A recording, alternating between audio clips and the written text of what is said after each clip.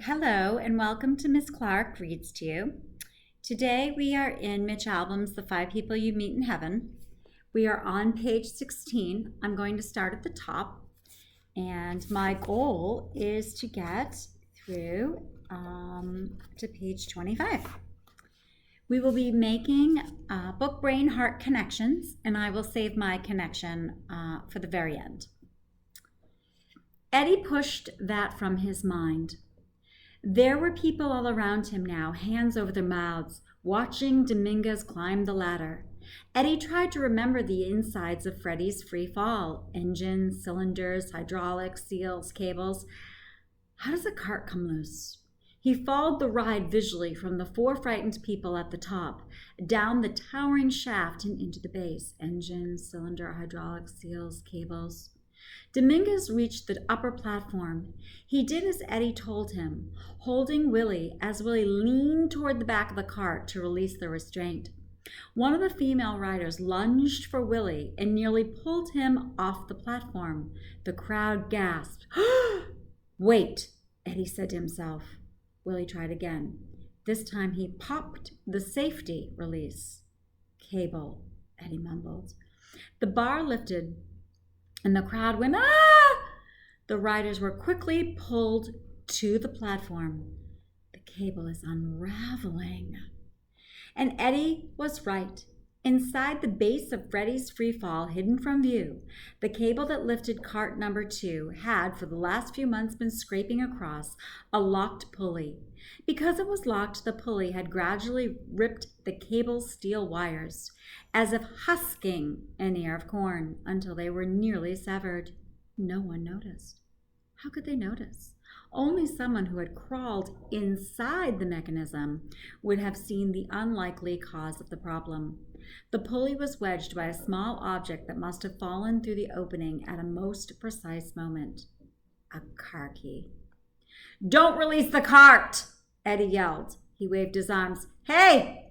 Hey! It's the cable! Don't release the cart! It'll snap!" The crowd drowned him out. It cheered wildly as Willie and Dominguez unloaded the final rider. All four were safe, and they hugged atop the platform. "Dom! Willie!" Eddie yelled. Someone banged against his waist, knocking his walkie-talkie to the ground. Eddie bent to get it. Willie went to the controls. He put his finger on the green button, and Eddie looked up. "No! No! Don't!" Eddie turned to the crowd. "Get back!" Something in Eddie's voice must have caught the people's attention. They stopped cheering and began to scatter. An opening cleared around the bottom of Freddy's free fall, and Eddie saw the last face of his life. She was sprawled upon the ride's metal base, as if someone had knocked her into it. Her nose running, tears filling her eyes, the little girl with the pipe cleaner animal, Annie. Mom!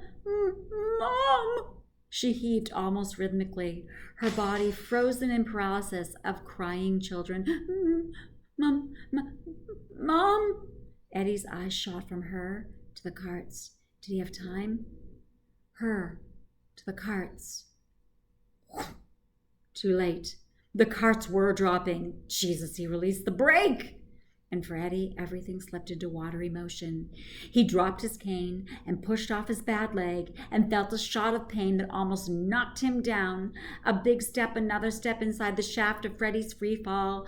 The cable snapped its final thread and ripped across the hydraulic line. Cart number 2 was in a dead drop now. Nothing to stop it. A boulder off a cliff. In those final moments, Eddie seemed to hear the whole world. Distant screaming, waves, music, a rush of wind, a low, loud, ugly sound that he realized was his own voice blasting through his chest.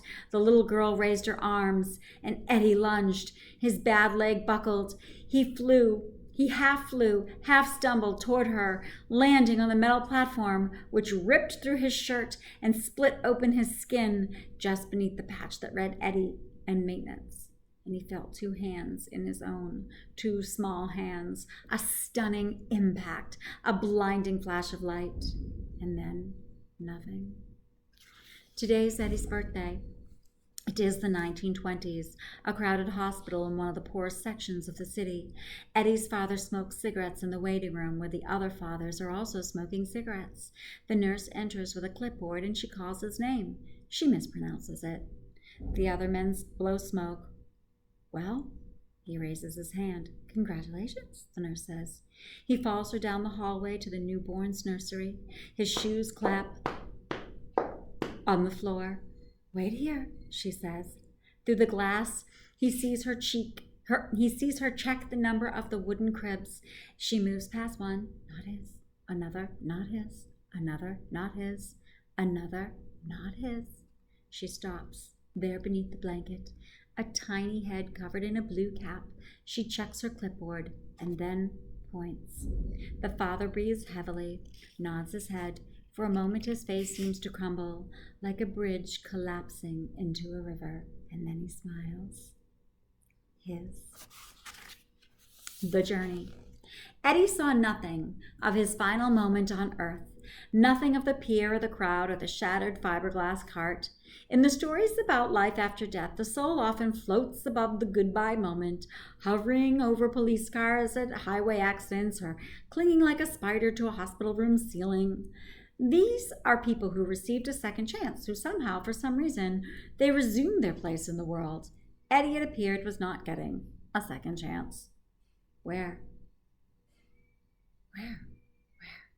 The sky was a misty pumpkin shade, then a deep turquoise, and then a bright lime. Eddie was floating and his arms were still extended. Where? The tower cart was falling. He remembered that. The little girl, Annie, she was crying. He remembered that. He remembered lunging. He remembered hitting the platform. He felt her two small hands in his. Then what? Did I save her? Eddie could only picture it at a distance, as if it happened years ago. Stranger still, he could not feel any emotions that went with it. He could only feel calm, like a child in the cradle of his mother's arms. Where? The sky around him changed again to grapefruit yellow, then a forest green, then a pink that Eddie momentarily associated with, of all things, cotton candy. Did I save her? Did she live? Where is my worry? Where's my pain? That was what was missing. Every hurt he'd ever suffered, every ache he'd ever endured, it was all gone as an expired breath. He could not feel agony. He could not feel sadness. His consciousness felt smoky, wisp-like, incapable of anything but calm. Below him now, the colors changed again. Something was swirling. Water, an ocean. He was floating over a vast yellow sea, and now it turned melon. Now a sapphire. Now he began to drop, hurtling toward the surface. It was faster than anything he'd ever imagined. Yet there wasn't as much as a breeze on his face, and he felt no fear. He saw the sands of a golden shore. Then he was underwater. Then everything was silent. Where is my worry? Where is my pain? Today is Eddie's birthday. He's 5 years old. It's a Sunday afternoon at Ruby Pier. Picnic tables are set along the boardwalk, which overlooks the long white beach. There's a vanilla cake with blue wax candles, and there's a bowl of orange juice. The pier workers are milling about, the barkers, the sideshow acts, the animal trainers, some men from the fishery. Eddie's father, as usual, is in a card game. Eddie plays at his feet, and his older brother Joe is doing push-ups in front of a group of elderly women who feign interest and clap politely. Eddie's wearing his birthday gift, a red cowboy hat and a toy holster. He gets up and runs from one group to the next, pulling out the toy gun and going, bang, bang! Come here, boy. Mickey Shea beckons from a bench. Bang, bang, goes Eddie. Mickey Shea works with Eddie's dad, fixing the rides. He's fat, wears suspenders, and is always singing Irish songs. To Eddie, he smells funny, like cough medicine. Come here, let me do your birthday bumps, he says, like we do in Ireland. Suddenly, Mickey's large hands are under Eddie's armpits. And he's hoisted up and flipped over and dangled by the feet. Eddie's hat falls off. Careful, Mickey! Eddie's mother yells. Eddie's father looks up and smirks and then returns to his card game. Ha ha! I got him, Mickey says. Now, one birthday bump for every year. Mickey lowers Eddie gently until his head brushes on the floor. 1. Mickey lifts Eddie back up, then joins in and laughing, and then they yell, 2, 3, Upside down, Eddie is not sure who he is. His head's getting heavy. 4, they shout. 5! Eddie's flipping right side up, put down, and everybody claps. Eddie reaches for his hat, and then he stumbles over, and he gets up, and he wobbles to Mickey Shea and punches him in the arm. Ho, what was that for, little man? Mickey says, and everyone laughs. Eddie turns and runs away 3 steps before being swept into his mother's arms. Are you all right, my darling birthday boy? She's only inches from his face, and he sees deep red lipstick in her plump, soft cheeks and the wave of our auburn hair. I was upside down. I saw, she says. She puts his hat back on his head. Later she will walk him along the pier, perhaps take him on an elephant ride, or watch the fishermen pull in their evening nets and the fish flipping like shiny wet coins. She will hold his hand and tell him God's proud of him for being a good boy on his birthday, and that will make the world feel right upside right again. The Arrival. This is page 26. Eddie awoke in a teacup. It was part of some old amusement park ride. A large teacup made of dark polished wood and a cushioned seat and a steel hinged door. Eddie's arms and legs dangled over the edges, and the sky continued to change colors from a shoe leather brown to a deep scarlet. His instinct was to reach for his cane. He had kept it by his bed the last few years because there were mornings when he no longer had the strength to get up without it. This embarrassed Eddie, who used to punch men in the shoulder when he greeted them. But now there was no cane. So Eddie exhaled and tried to pull himself up, and surprisingly, his back did not hurt and his leg did not throb. He yanked harder and hoisted himself easily over the edge of the teacup, landing awkwardly on the ground, where he was struck by 3 quick thoughts. First, he felt wonderful. Second, he's all alone. And third, he was still on Ruby Pier. But it was different. A different Ruby Pier now. There were canvas tents and vacant grassy sections and so few obstructions you could see the mossy breakwater out in the ocean.